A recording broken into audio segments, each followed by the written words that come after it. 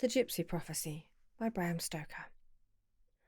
I really think, said the doctor, that at any rate one of us should go and try whether or not the thing is an imposture.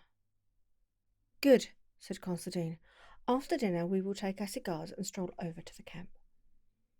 Accordingly, when the dinner was over and La Tour finished, Joshua Cassidy and his friend Dr. Burley went over to the east side of the moor where the gypsy encampment lay.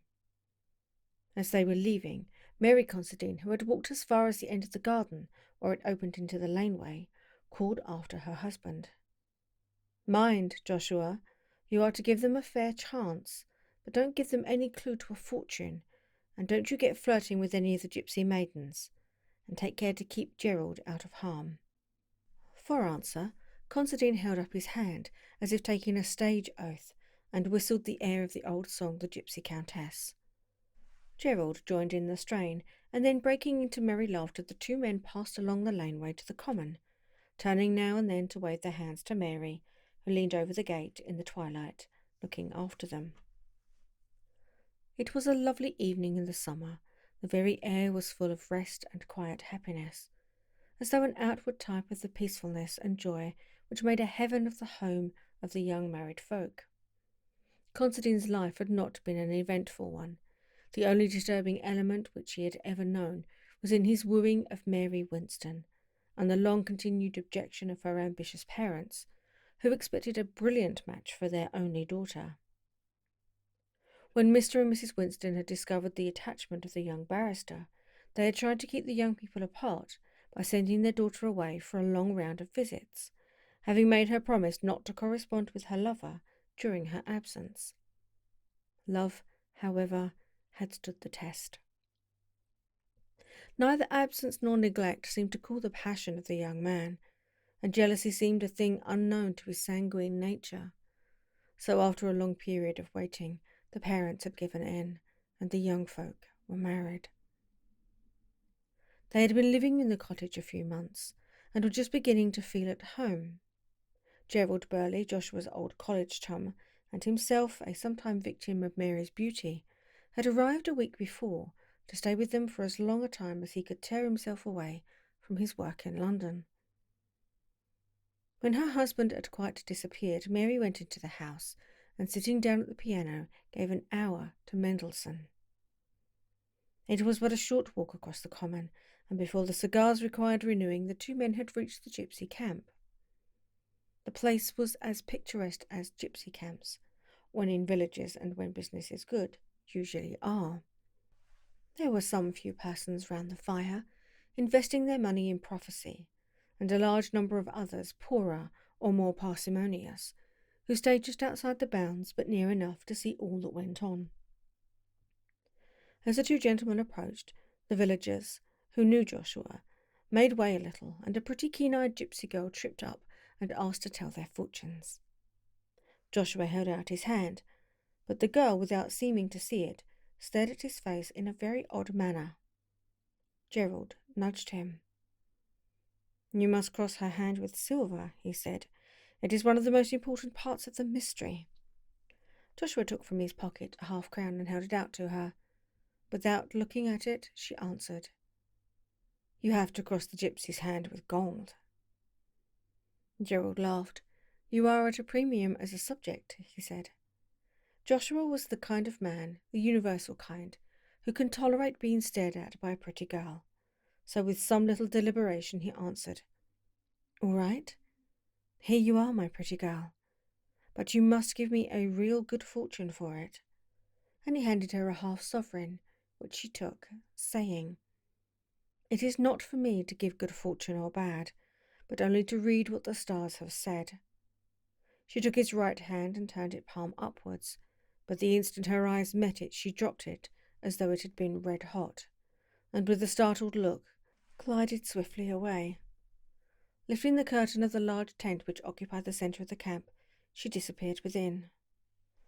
"Sold again," said the cynical Gerald. Joshua stood a little amazed and not altogether satisfied. They both watched the large tent. In a few moments there emerged from the opening not the young girl, but a stately-looking woman of middle age and commanding presence. The instant she appeared, the whole camp seemed to stand still. The clamour of tongues, the laughter and noise of the work were, for a second or two, arrested, and every man or woman who sat, or crouched, or lay, stood up and faced the imperial-looking Gipsy. "The Queen, of course," murmured Gerald. "We are in luck tonight." The Gipsy Queen threw a searching glance around the camp, and then, without hesitating an instant, came straight over and stood before Joshua. "Hold out your hand," she said in a commanding voice. Again Gerald spoke, sotto voce. "I have not been spoken to in that way since I was at school." "Your hand must be crossed with gold." 100% at this game," whispered Gerald, as Joshua laid another half-sovereign in his upturned palm. The Gipsy looked at the hand with knitted brows, then suddenly looked up into his face and said, "Have you a strong will? Have you a true heart that can be brave for one you love?" "I hope so, but I am afraid I have not vanity enough to say yes."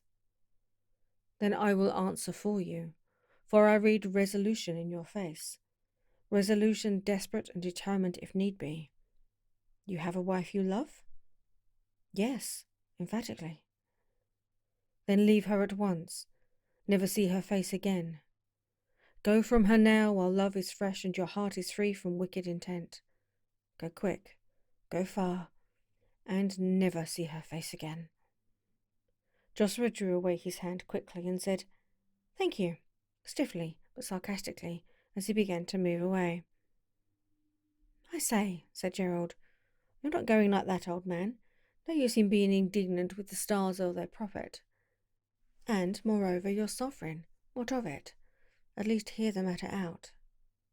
"Silence, ribald," commanded the Queen. "You know not what you do. Let him go, and be ignorant, if he will not be warned."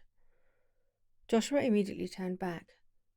"At all events, we will see this thing out," he said. "Now, madame, you have given me advice, but I paid for a fortune." "Be warned," said the Gipsy. "The stars have been silent for long. Let the mystery still wrap them around." "My dear madam, I do not get within touch of a mystery every day, and I prefer for my money knowledge rather than ignorance. I can get the latter commodity for nothing when I want any of it." Gerald echoed the sentiment. "As for me, I have a large and unsaleable stock on hand." The Gipsy Queen eyed the two men sternly and then said, "As you wish. You've chosen for yourself, and have met warning with scorn and appeal with levity. On your own heads be the doom." "Amen," said Gerald. With an imperious gesture, the Queen took Joshua's hand again and began to tell his fortune. "I see here the flowing of blood. It will flow before long. It is running in my sight. It flows through the broken circle of a severed ring." "Go on," said Joshua, smiling. Gerald was silent. "Must I speak plainer?" "Certainly. We commonplace mortals want something definite. The stars are a long way off, and their words get somewhat dulled in the message." The Gipsy shuddered and then spoke impressively. "This is the hand of a murderer. The murderer of his wife." She dropped the hand and turned away. Joshua laughed.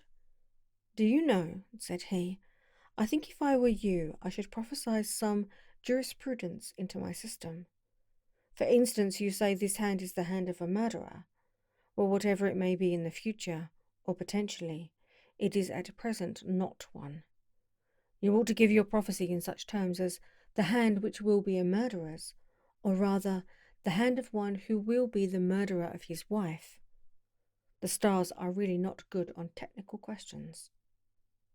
The Gipsy made no reply of any kind, but, with drooping head and despondent mien, walked slowly to her tent, and, lifting the curtain, disappeared.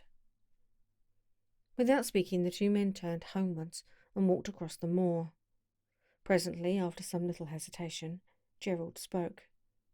"Of course, old man, this is all a joke, a ghastly one, but still a joke. But would it not be well to keep it to ourselves?" What do you mean? Well, not to tell your wife, it might alarm her. Alarm her? My dear Gerald, what are you thinking of? Why, she would not be alarmed or afraid of me if all the gypsies that ever didn't come from Bohemia agreed that I was to murder her, or even to have a hard thought of her, whilst so long as she is saying Jack Robinson. Gerald remonstrated. Old fellow, women are superstitious, far more than we men are, and also they are blessed, or cursed, with a nervous system to which we are strangers. I see too much of it in my work not to realize it. Take my advice and do not let her know, or you will frighten her. Joshua's lips unconsciously hardened as he answered, My dear fellow, I would not have a secret from my wife. Why, it would be the beginning of a new order of things between us. We have no secrets from each other. If we ever have, then you may begin to look out for something odd between us. Still, said Gerald, at the risk of unwelcome interference, I say again, be warned in time. The gypsy's very words, said Joshua. You and she seem quite of one accord. Tell me, old man, is this a put-up thing? You told me of the gypsy camp. Did you arrange it all with Her Majesty? This was said with an air of bantering earnestness. Gerald assured him that he only heard of the camp that morning, but he made fun of every answer of his friend, and in the process of his raillery, the time passed and they entered the cottage. Mary was sitting at the piano but not playing. The dim twilight had waked some very tender feelings in her breast, and her eyes were full of tears. When the men came in, she stole over to her husband's side and kissed him. Joshua struck a tragic attitude. Mary, he said in a deep voice, before you approach me, listen to the words of fate. The stars have spoken, and the doom is sealed. What is it, dear?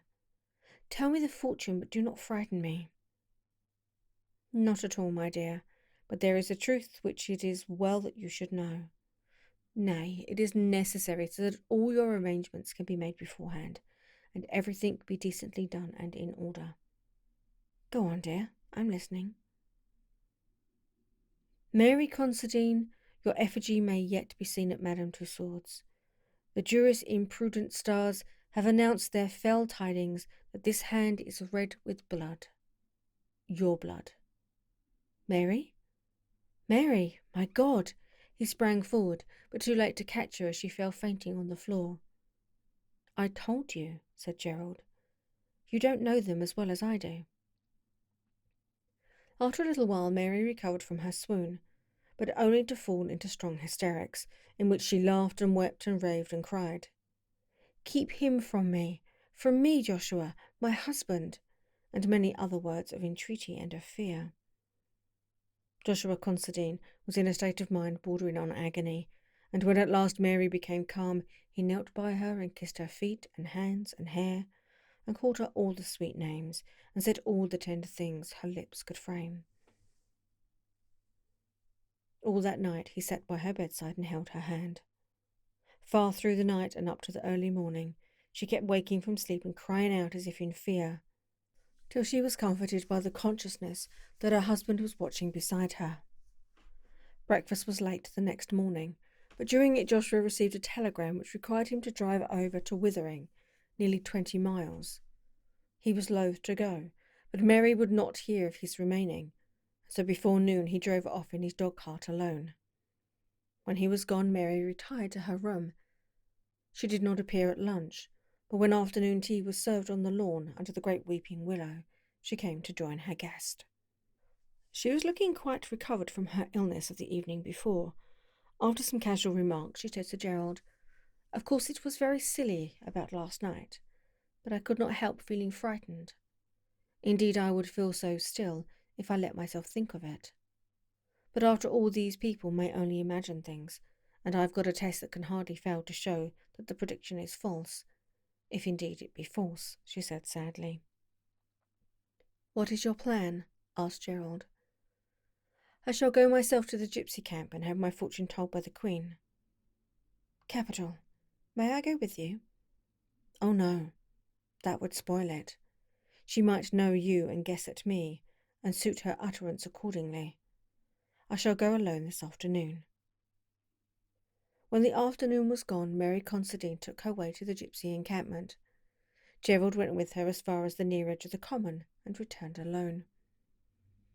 Half an hour had hardly elapsed when Mary entered the drawing-room, where he lay on the sofa reading. She was ghastly pale, and was in a state of extreme excitement. Hardly had she passed over the threshold when she collapsed and sank moaning on the carpet. Gerald rushed to her aid, but by a great effort she controlled herself and motioned him to be silent. He waited, and his ready attention to her wish seemed to be her best help, for in a few minutes she had somewhat recovered, and was able to tell him what had passed. "When I got to the camp," she said, "there did not seem to be a soul about. I went into the centre and stood there. Suddenly a tall woman stood beside me. Something told me I was wanted," she said. I held out my hand and laid a piece of silver on it. She took from her neck a small golden trinket and laid it there also, and then, seizing the two, threw them into the stream that ran by. Then she took my hand in hers and spoke. "Nought but the blood in this guilty place," and turned away. I caught hold of her and asked her to tell me more. After some hesitation, she said, "Alas, alas, I see you lying at your husband's feet, and his hands are red with blood." Gerald did not feel at all at ease and tried to laugh it off. "Surely," he said, "this woman has a craze about murder." "Do not laugh," said Mary. "I cannot bear it."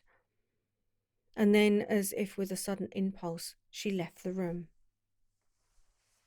Not long after, Joshua returned, bright and cheery, and as hungry as a hunter after his long drive. His presence cheered his wife, who seemed much brighter, but she did not mention the episode of the visit to the Gipsy camp, so Gerald did not mention it either. As if by tacit consent, the subject was not alluded to during the evening, but there was a strange, settled look on Mary's face, which Gerald could not but observe. In the morning, Joshua came down to breakfast later than usual. Mary had been up and about the house from an early hour, but as the time drew on, she seemed to get a little nervous, and now and again threw around an anxious look. Gerald could not help noticing that none of those at breakfast could get on satisfactorily with their food. It was not altogether that the chops were tough, but that the knives were also blunt. Being a guest, he of course made no sign, but presently saw Joshua draw his thumb across the edge of his knife in an unconscious sort of way. At the action, Mary turned pale and almost fainted. After breakfast they all went out on the lawn. Mary was making up a bouquet and said to her husband, "Get me a few of the tea roses, dear." Joshua pulled down a cluster from the front of the house. The stem bent, but was too tough to break. He put his hand in his pocket to get his knife, but in vain. "Lend me your knife, Gerald," he said. But Gerald had not got one, so he went into the breakfast room and took one from the table. He came out feeling its edge and grumbling. "What on earth has happened to all the knives? The edges seemed all ground off." Mary turned away hurriedly and entered the house. Joshua tried to sever the stalk with the blunt knife, as country cooks sever the necks of fowl, as schoolboys cut twine. With a little effort he finished the task. The cluster of roses grew thick, so he determined to gather a great bunch.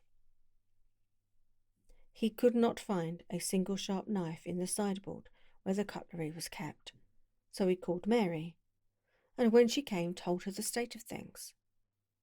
She looked so agitated and so miserable that he could not help knowing the truth, and as if astounded and hurt, asked her, "Do you mean to say that you have done it?" She broke in, "Oh, Joshua, I was so afraid." He paused, and a set white look came over his face. "Mary," said he, "is this all the trust you have in me? I would not have believed it." "Oh, Joshua, Joshua," she cried entreatingly, "forgive me," and wept bitterly. Joshua thought for a moment and then said, "I see how it is. We shall better end this or we shall all go mad." He ran into the drawing-room. "Where are you going?" almost screamed Mary. Gerald saw what he meant, that he would not be tied to blunt instruments by the force of a superstition, and was not surprised when he came back out through the French windows, bearing in his hand a large Gurkha knife, which usually lay on the centre table, and which his brother had sent him from northern India. It was one of those great hunting knives which worked such havoc at close quarters with the enemy of the local Gurkhas during the mutiny, of great weight but so evenly balanced in the hand as to seem light, and with an edge like a razor. With one of these knives a Gurkha can cut a sheep in two. When Mary saw him come out of the room with the weapon in his hand, she screamed in an agony of fright, and the hysterics of last night were promptly renewed. Joshua ran towards her, and seeing her falling, threw down the knife and tried to catch her. However, he was just a second too late, and the two men cried out in horror simultaneously as they saw her fall upon the naked blade. When Gerald rushed over, he found that in falling her left hand had struck the blade, which lay partly upwards on the grass. Some of the small veins were cut through, and the blood gushed freely from the wound. As he was tying it up, he pointed out to Joshua that the wedding ring was severed by the steel. They carried her fainting to the house. When after a while she came out with her arm in a sling, she was peaceful in her mind and happy. She said to her husband, "The gypsy was wonderfully near the truth. Too near for the real thing ever to occur now, dear." Joshua bent over and kissed the wounded hand.